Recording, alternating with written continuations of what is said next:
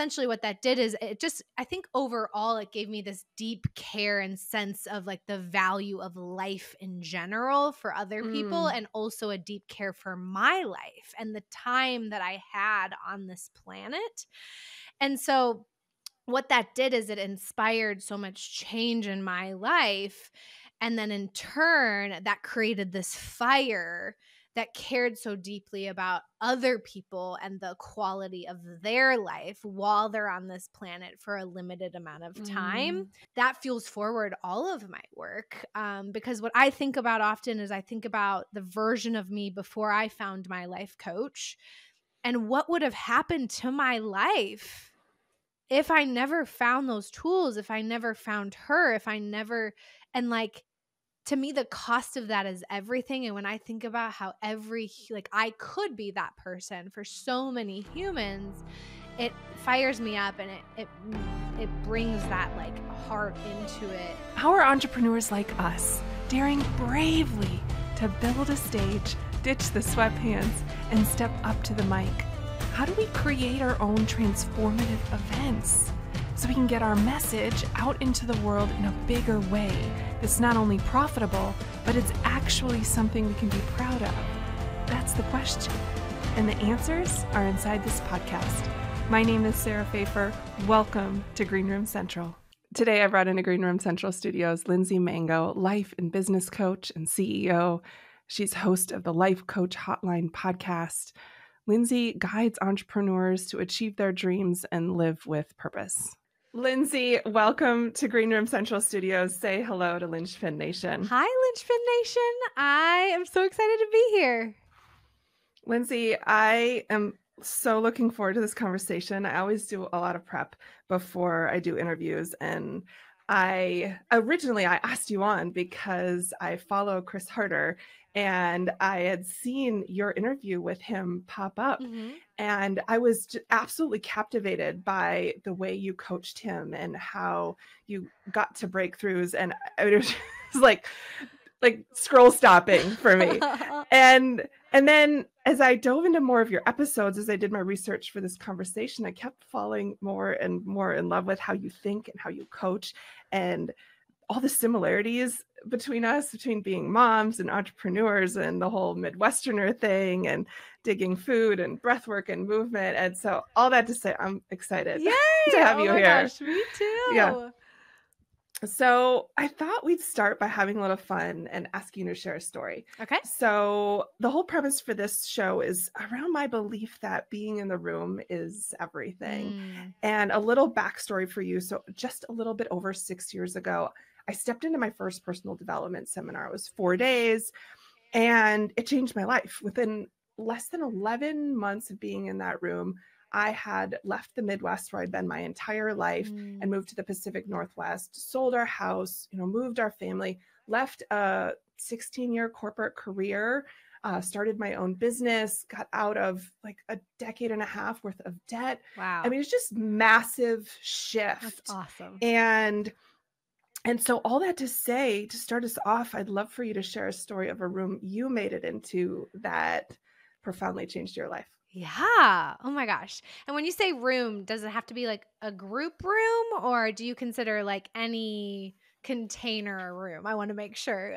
We've had a lot of different answers on this podcast, anything from like church to my guidance counselor to the best mastermind I've ever had to me, a personal development seminar. So interpret it as you wish. Okay, perfect. So it's so fun to hear your story. Like literally gives me chills because I'm like, I just know that feeling too, and that like same experience. So mine was, probably 6 or 7 years ago. I was just like, there were so many places in my life where I found myself just stuck in the same spots over and over and over again. Like I was really trying to change.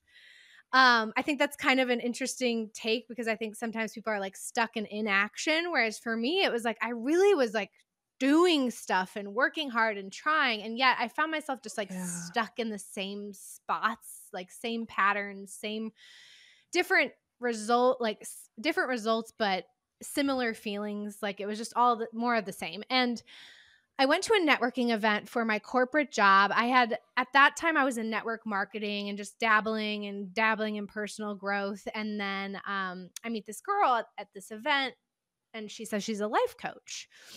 And I'm kind of like, well, what the heck is that? I honestly thought we were going to meet for like business. Like I was like, oh, she'll refer me people. I'll refer her people. It'll be great. So I like call her up. I meet her for coffee thinking that's where this is going. And then I'm like, wait a minute, what do you do? And so she tells me and like explains it. And then I just like pour my heart and soul out to her and and just tell her like my dreams and these feelings that I have that I meant for a much bigger life, but I didn't know how to get there and all these things. And I mean, I'm sure she said so many things, but all I really needed was for someone, which was her, to look at me and be like, yeah, you could totally have that and do that. And I walked out of that coffee meeting and I was like, I'm hiring her. And I did. And similar to your experience, I like 3 months into just working together and working on my life and learning all of these mindset tools, my life just drastically changed. And then I started a business and replaced my corporate salary in 6 months and changed my relation. I mean, just same type of thing as you. It was like everything was just like boom, boom, boom, boom, boom. And that changed the trajectory of my entire life. Wow. Yeah. It's so weird. Having a corporate background, I'm sure you get it. Like there's just these blinders on that there's even this other world out there where, people aspire to grow personally and not just professionally. I feel like that was how it was for me. It was like all these people on this professional track of like moving onward and upward, and but no one talking about this deep work that is required in order to make that move.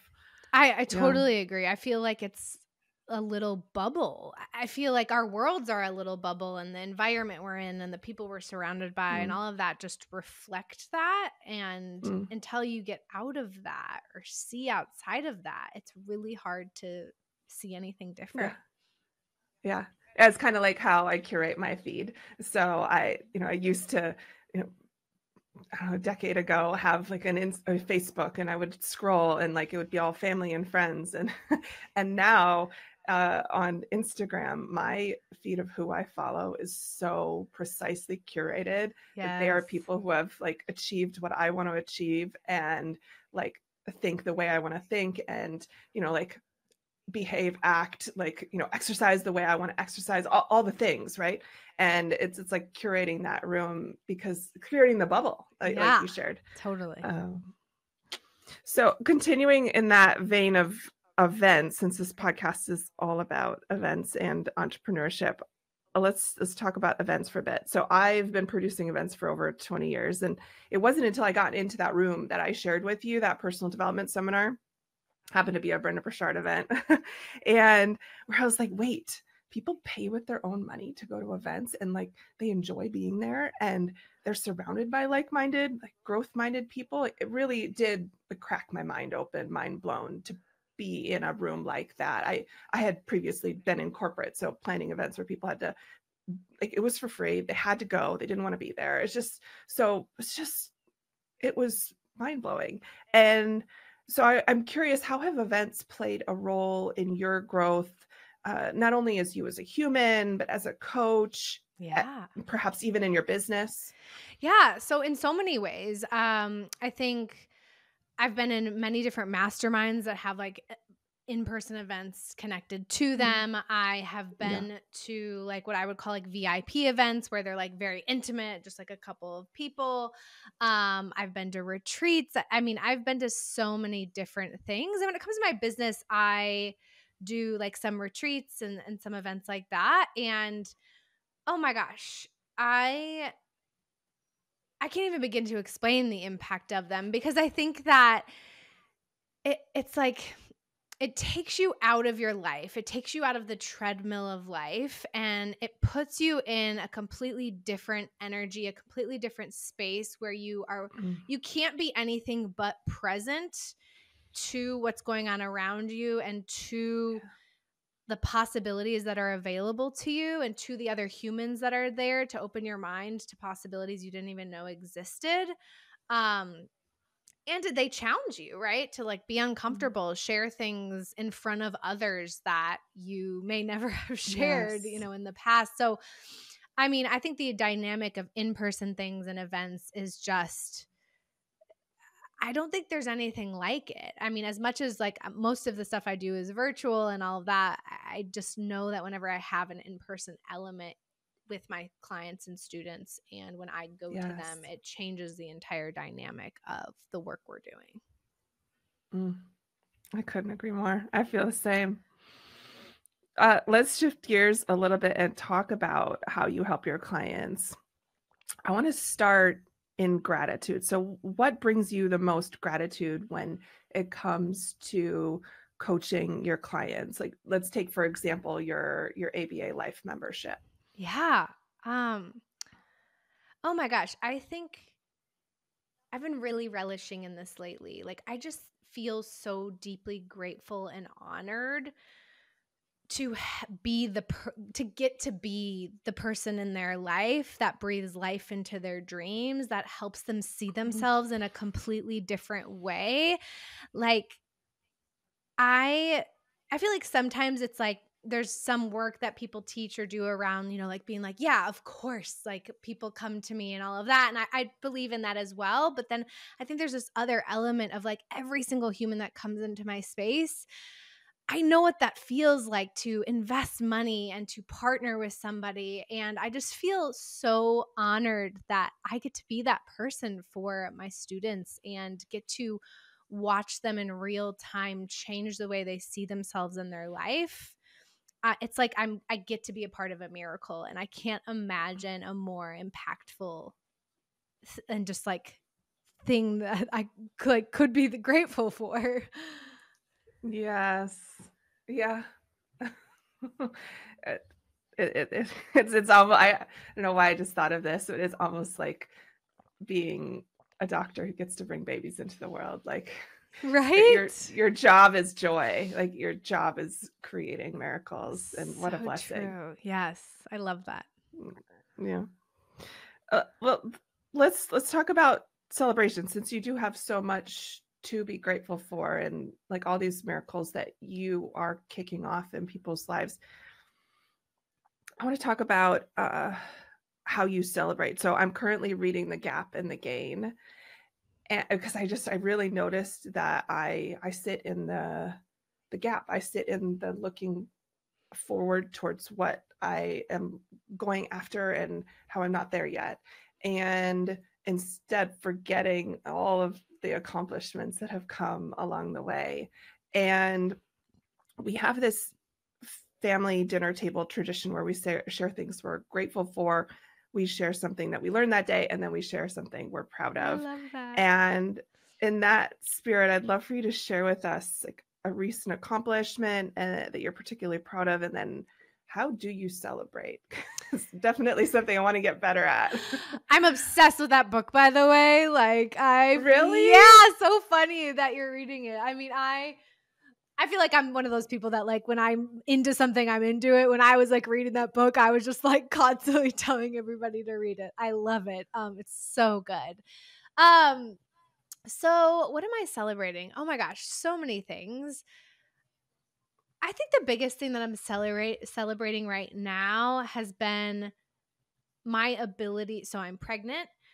I have a daughter. Congratulations. Thank you. And I'm running and growing my business, and so there's a lot of different pieces, a lot of different hats I'm wearing. So I think I feel my biggest accomplishments is not that I do that perfectly by any means, but I feel like I'm handling that in a very powerful way where I'm like truly checking in with myself and know like when I want to stop working and spend time with my daughter, and then on the flip side, when I want to be working and like following through on that, and just like trusting kind of the ebbs and flows of my business, and trusting when I'm exhausted and I need rest and take care of myself. Yes. I feel like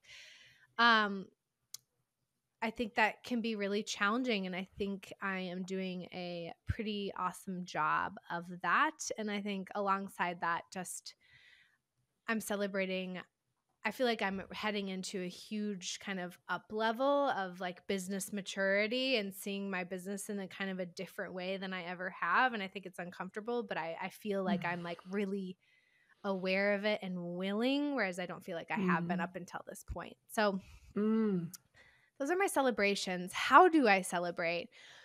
I'm huge on celebrating because just like you, I'm a human and our brains love to focus on what we are trying to accomplish and what we haven't done yet. And so one thing I love to do is spend time like literally writing down everything that I'm celebrating. I don't do it daily, but I work to do it pretty consistently throughout the week. And just like tracking everything. And it truly is like the quote, what you focus on expands. It's like, I can even feel like, do I really have that much to celebrate? But when I take conscious and intentional time to write it down, to look, to like see what clients are getting results and what's happening and how much money did we bring in this week? It's like, it just starts popping up everywhere. And so for me, it's more about just taking conscious, intentional time to be aware of it and relish in that and feel the feelings of celebration when I'm doing that. That's so good. I think sometimes for someone who's so like driven and also practical and, kind of used to working on big things, it seems hard to hear that it's that simple. Right? Like write it down. Like just actually think about it and write it down.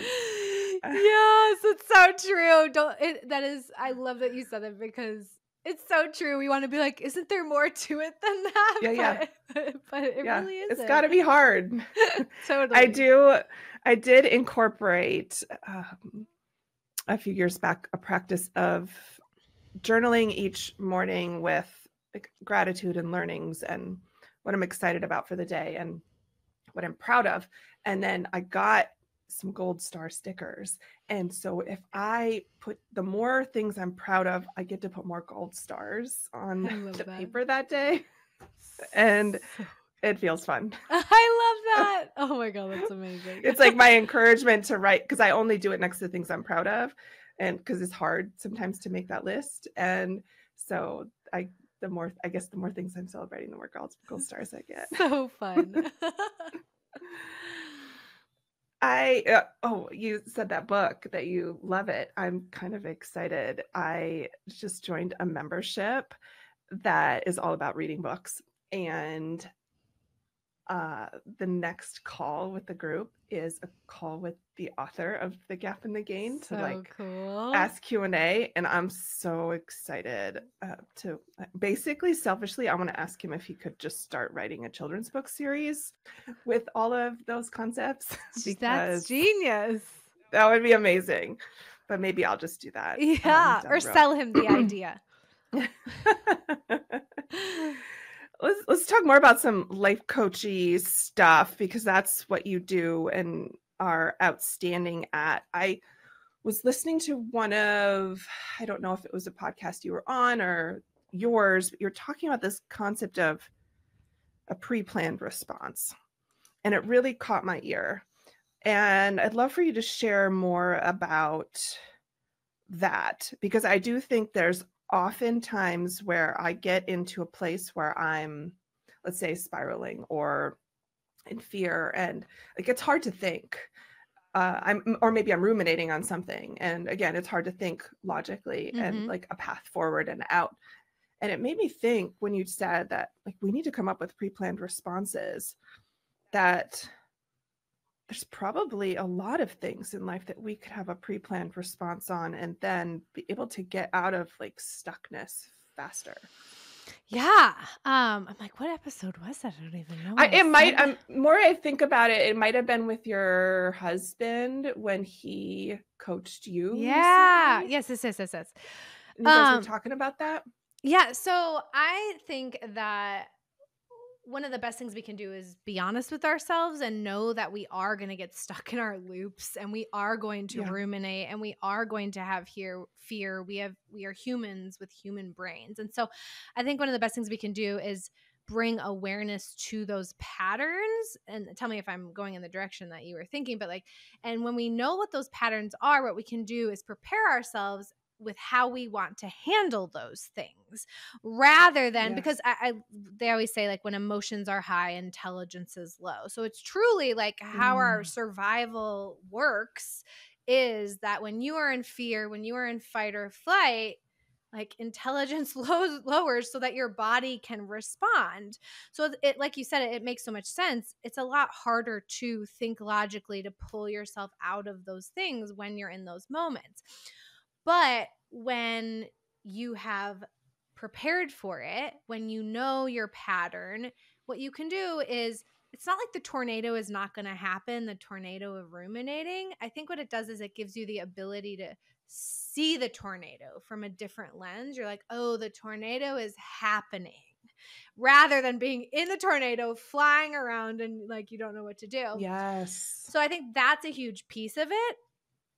And honestly, a lot of it's just like having compassion. Like, of course the tornado is coming and I'm scared and I'm uncomfortable and all of that. Yeah. And then I think the other piece is, like we were talking about, like preparing ahead of time and knowing how you want to handle that. So does that look like getting out of your office and going on a walk? Does that look like connecting to some, like a thought that's really powerful for you? Does that look like not, writing 17 emails in that moment to try to like handle the emotions that you're experiencing?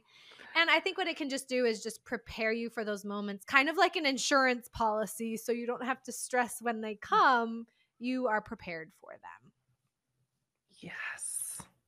That's so good. Little insurance policy. Yes. It's going to happen. So Yes. let's just like learn, like put a plan in play. So when I heard that in that episode, I was thinking about, I keep a like I have this journal, and then I carry it around with me everywhere. But then I always like to write a card with what's happening for the day, the things that I'm going to do, and I noticed myself that I carry around this card that says, if I'm stuck in any of these things, like fear, scarcity, like your first thing that you're going to do is go for a walk or do like breath work, and then you're going to do journaling. And I have a framework that I heard like Gabby Bernstein share once, and I just keep it there, and I flip the card deck has like my intentions for my vision of where I'm going, but I have that card in there that I just like flip through the deck every day, and I read my things, and I just noticed like that's actually what I did. I have a pre-planned response for that thing, and now I'm thinking like, how many more things do I, like patterns do I have that aren't positive that I could create like a card for, so that like I could have some awareness that when I'm in that tornado, I could like look at it. Yeah, I love that. What a cool, I love the little cards. That's such a cool idea. Yeah. It's because I go into the sauna a lot, and I had like a few cards, and I realized, well, it looks so silly when they fall all over the place in the sauna. It's like at a public club. So how about I just like loop them together, and you're then like gathering them all, putting them in your purse, and you're just like hunched over, and they're like, yeah. we don't know who that lady is, but I think in that same episode, you were talking about things that are optional and not. And I want to ask you more about that, because you had mentioned a few things to your husband that you were considering like getting coaching on in that episode. He was going to he coached you. And one of them you said was about like growing your family. And you said something really interesting, like, well, but I don't know if we need to talk about that one, because like it's going to happen. So I will just figure it out. And it really struck me, because that's how I go into every interaction with a client.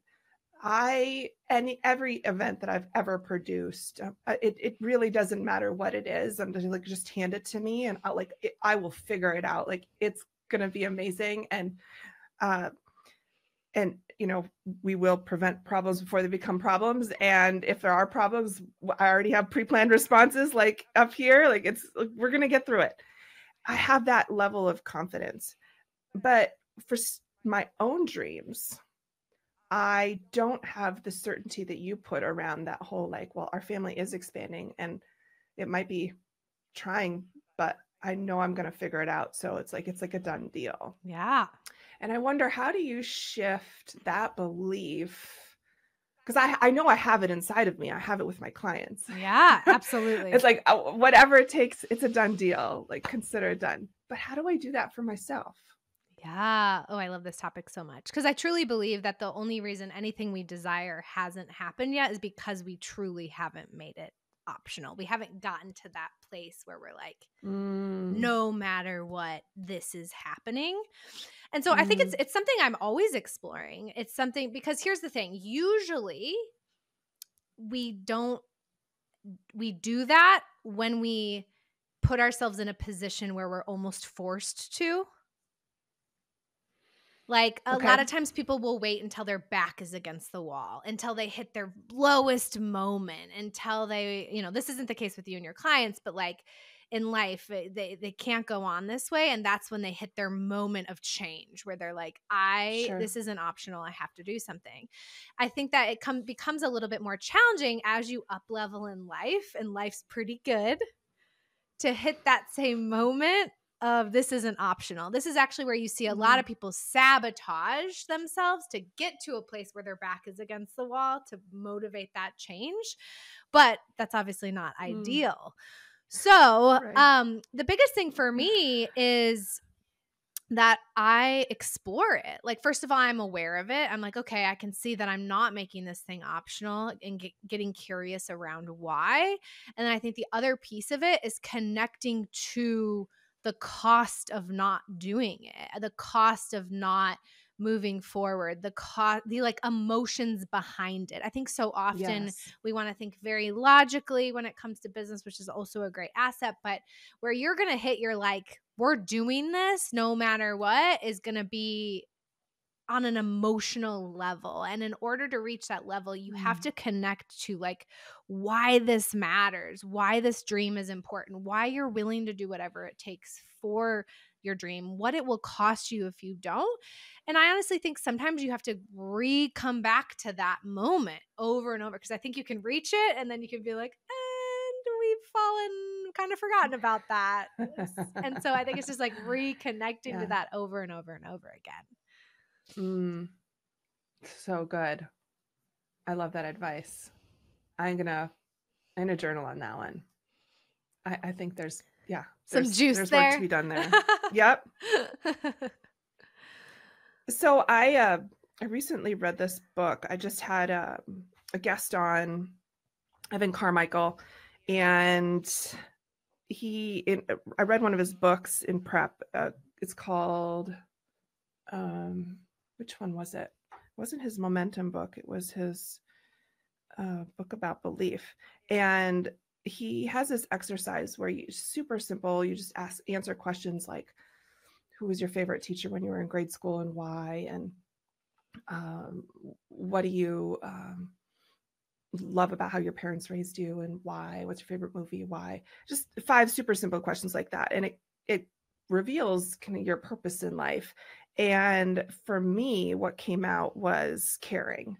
Like that I just have this deep sense of wanting to care for those around me.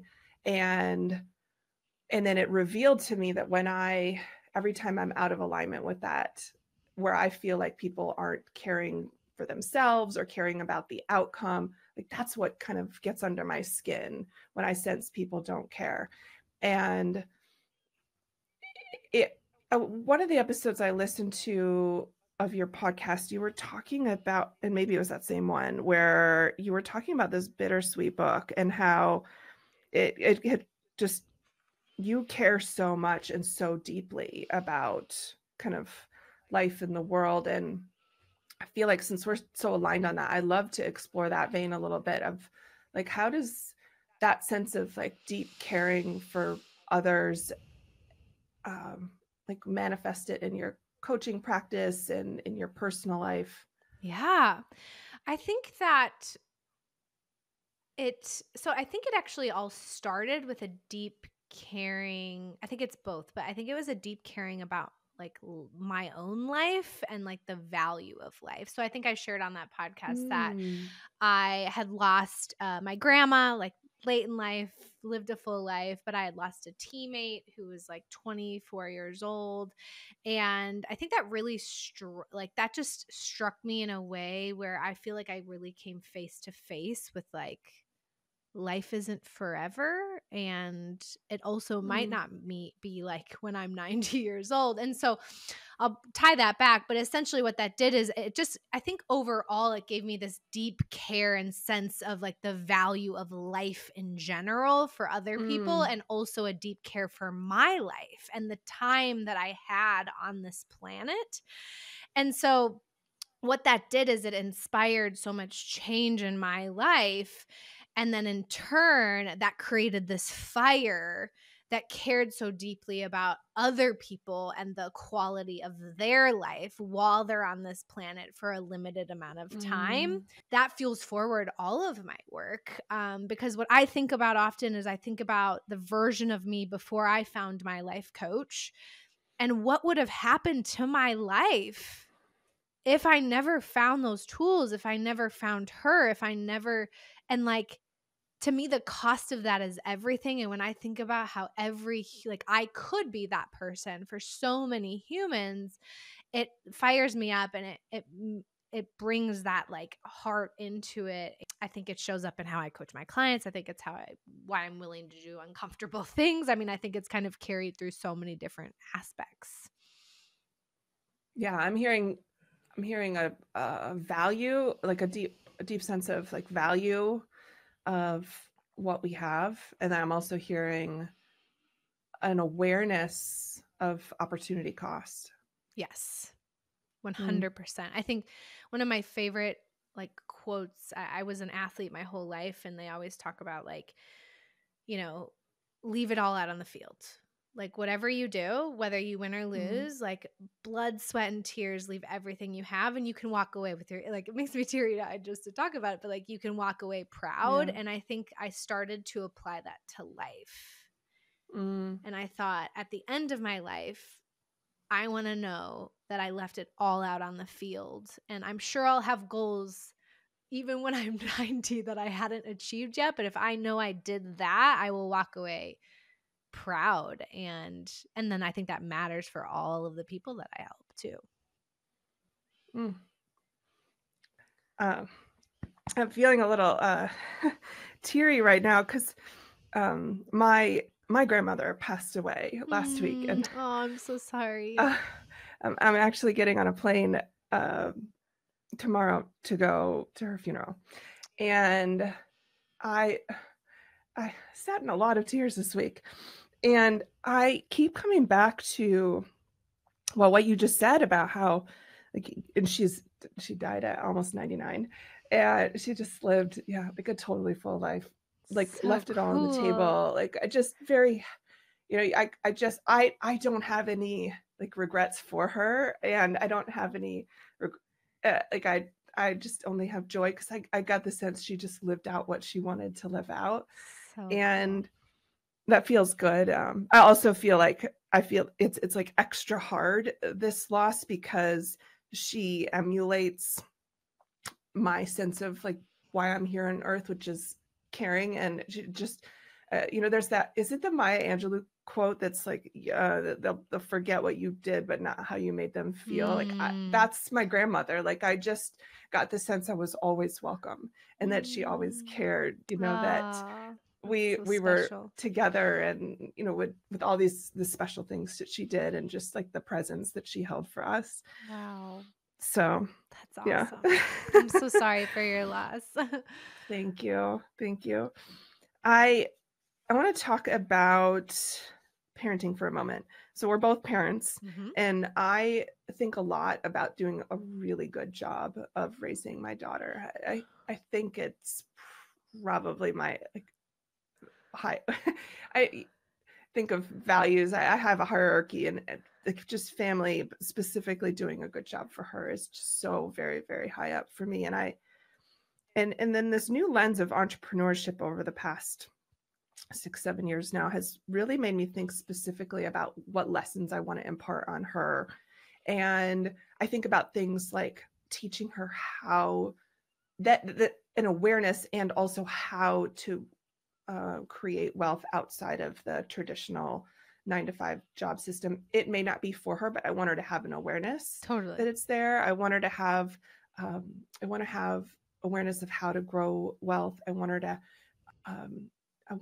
to have a strong sense of self-awareness and self-compassion. Like I don't think there's anything more important than emotional intelligence.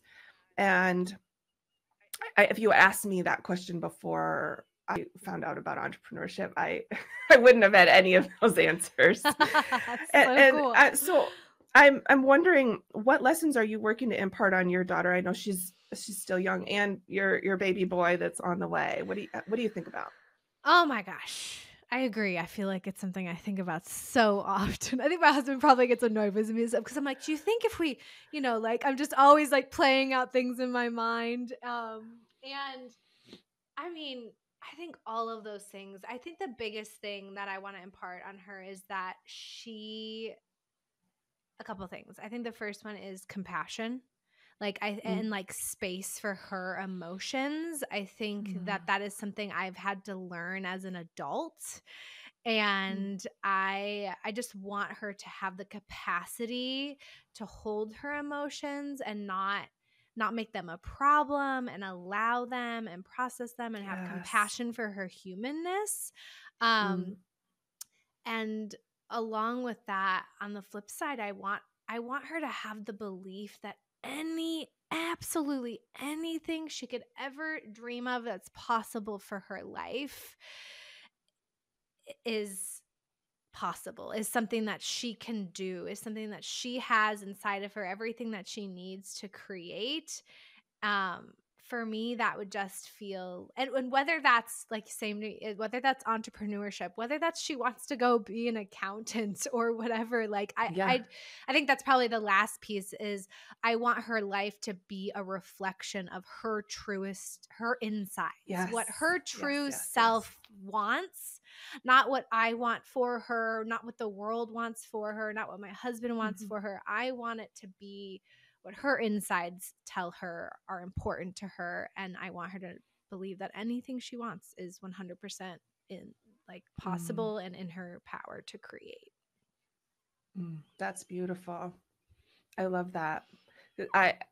Because I met personal development so late in life, so at 36, and I also met Audible at the same time. I didn't realize that. I thought books weren't for me, because anything I'd ever read was because it was assigned a book. Oh, totally. And in school, and it didn't, or in church, it didn't ever land for me.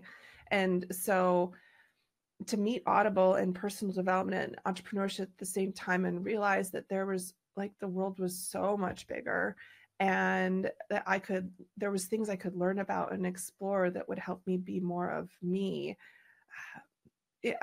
I'm grateful. Everything, life happens, everything happens for the right reason at the right time, and so meeting personal development at 36 is what happened. But it's, I feel like, wow, what a gift we can give our kids. We can introduce the wholeness of life earlier. Oh my gosh. I was the same way. I read books to get good grades. So I'm learning. Yeah. Why would I do that? But yeah, I love the quote, our parents, what is it? Our parents' floor, or I'm sorry, ceiling becomes our floor, and our floor or whatever. Our floor becomes our kids' floor. And I just love to think about that, because I think with the work we're doing on ourselves and the work that we're imparting on our kids, I'm like, gosh, can you imagine having this from the time you're a kid on? It just makes me feel so excited for the possibilities for their lives. It's just so cool. Yeah, I'm totally excited too. Just being able to reach more of the human potential, right? Yes, totally. I don't know if you asked me a question there, but if you did and I didn't answer, just tell me. No, I didn't. It was more of just a statement of just, I think, human potential and tapping into it and just having more of a runway and an opportunity to do so. Yeah, totally. Yeah. But I think, if you have a big background in being an athlete, you are probably exposed to more concepts than most, because I think the longer you make it in as like playing the sports, the more awareness you have to have on stuff. Yeah. So that makes you a more optimal human, Yeah, so I think for me 100%. I mean, like there's a double-edged sword, because I think there are also a lot of pieces like the emotional awareness and things like that I wasn't taught in sports, like where it was like, who cares how you feel? Show up today and get the job done. So there's like that half of it. But on the flip side, I mean, my dad was a college athlete. My sister was a college athlete. I was a college athlete. And my dad wrote a book for parenting, and he was a gym teacher.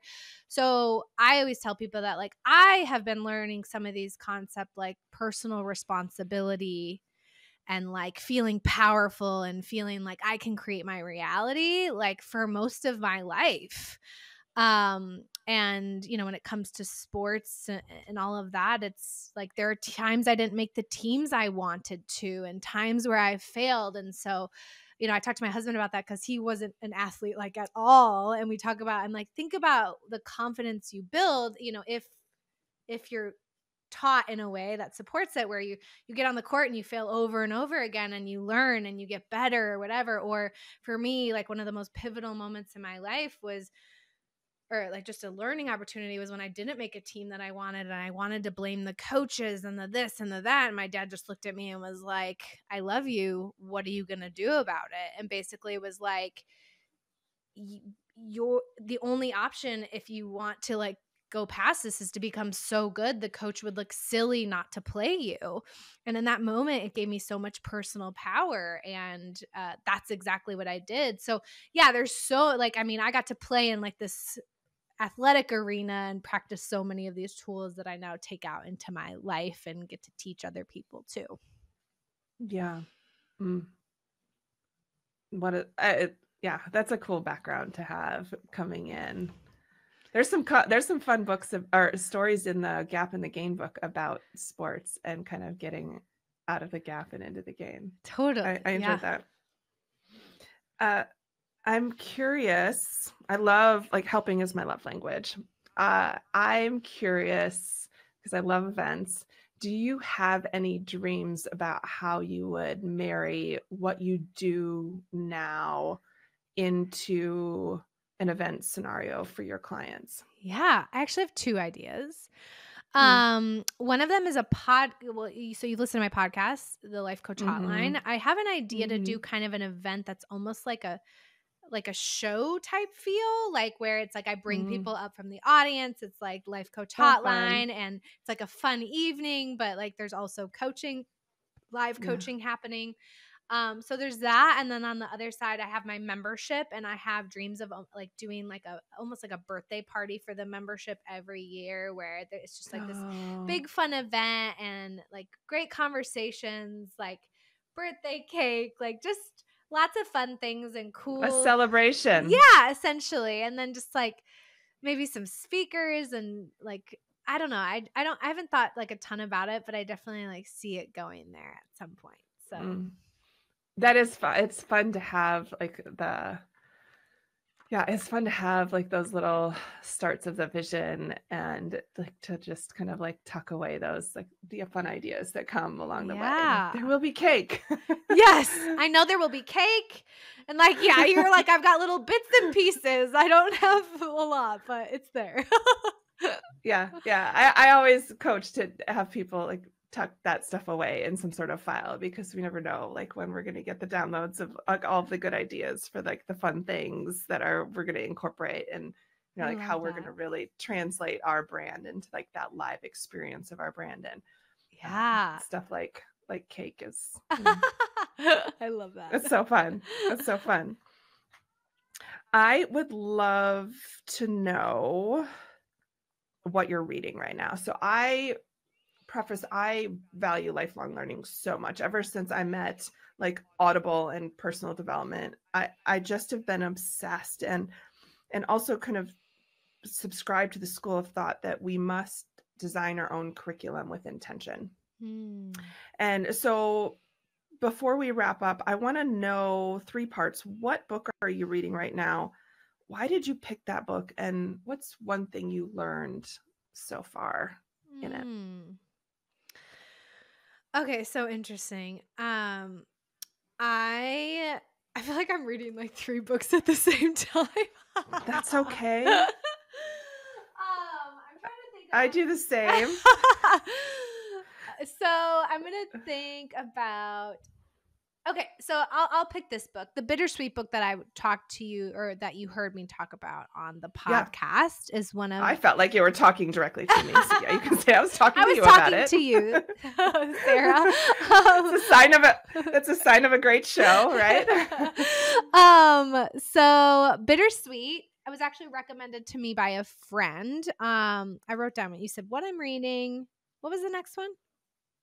Yeah, what you're reading, why you picked it, and one thing you learned. Okay, so it was recommended to me by a friend, and one thing I'm working on is, I mean, I'm big on emotions and emotional intelligence and all that, and I think for me, I think from sports, sometimes I've learned to like tuck those away. And my friend recommended this book to me because I actually think deeply. I am like a very emotionally feeling person. I think I have been my whole life.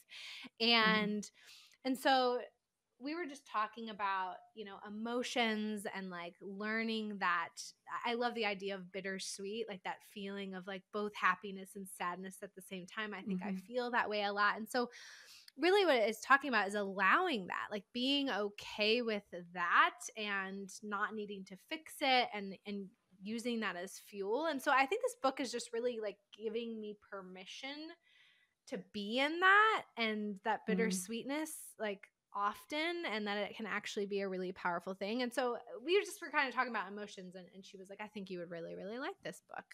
And I do. And so I would say the biggest thing that I took from it so far is kind of what I already touched on.